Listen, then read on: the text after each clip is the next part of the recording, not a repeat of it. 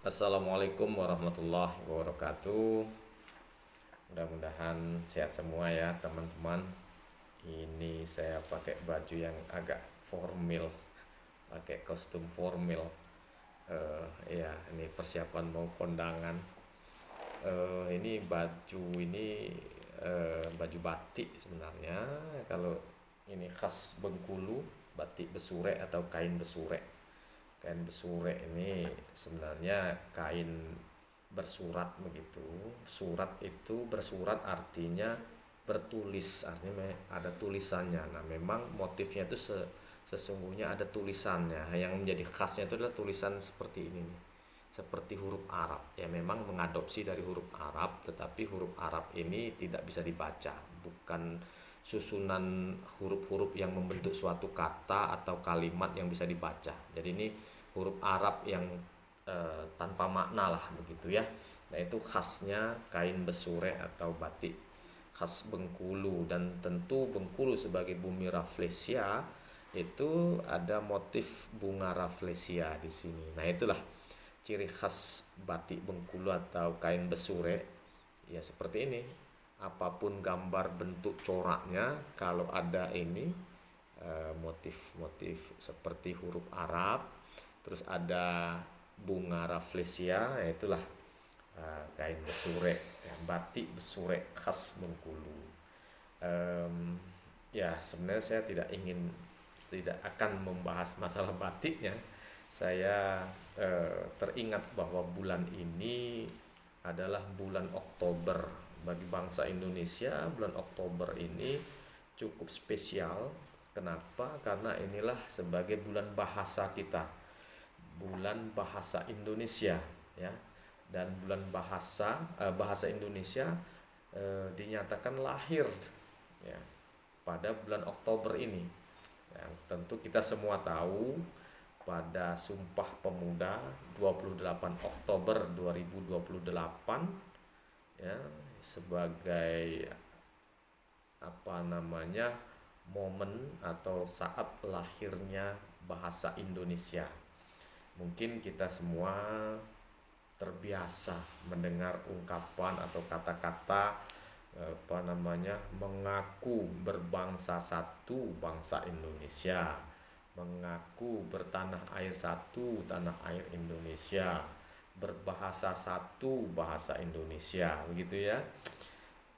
eh, Mungkin tepatnya tidak begitu ya, dalam Kongres Pemuda yang kedua 27 sampai 28 Oktober 2028, tepatnya di tanggal 28-nya itu para pemuda se-Indonesia ya, nama yang digunakan untuk menyebut wilayah Hindia Belanda pada saat itu,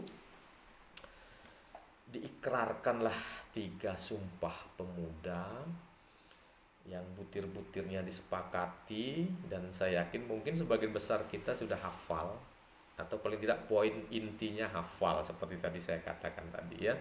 Yang pertama, kami putra dan putri Indonesia mengaku bertanah air satu, tanah air Indonesia. Dua, kami putra dan putri Indonesia mengaku berbangsa satu, bangsa Indonesia. Nah, yang cukup krusial, yang seringkali dilupakan atau seringkali direduksi, itu yang ketiga ini. Nah, tepatnya yang ketiga itu bunyinya begini: kami putra dan putri Indonesia menjunjung bahasa persatuan, bahasa Indonesia. Nah, lebih kurang begitu yang ketiga. Bukan mengaku berbahasa satu, bahasa Indonesia, bukan. Nah, jadi menjunjung bahasa persatuan. Nah, di sini pemilihan frase menjunjung tinggi bahasa persatuan sangat tepat ya, dengan kondisi Indonesia dan keindonesiaan pada saat itu hingga kini dan yang akan datang. Mengapa demikian? Karena bahasa yang ada di bumi Indonesia, di tanah air Indonesia, yang dimiliki oleh bangsa Indonesia ya, tadi ya, berbangsa ya, bangsa satu, tanah airnya satu yaitu Indonesia.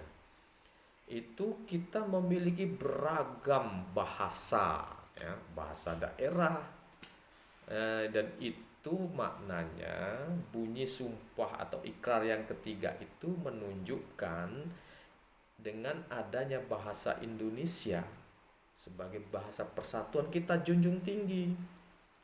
Dengan demikian tidak menafikan atau bahkan mematikan bahasa-bahasa yang lain yang sudah ada ya, bahasa-bahasa daerah.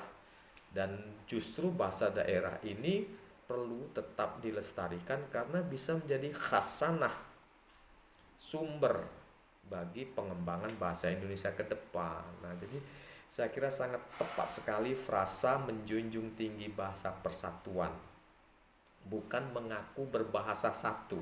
Karena faktanya memang tidak satu bahasa kita yang ada di Indonesia ya. Kita kenal lebih dari 700 bahasa di Indonesia ini. Nah, jadi sekali lagi kita mesti menyadari bahwa kita menjunjung tinggi bahasa persatuan, bukan mengaku bahasanya itu satu bahasa Indonesia, bukan ya.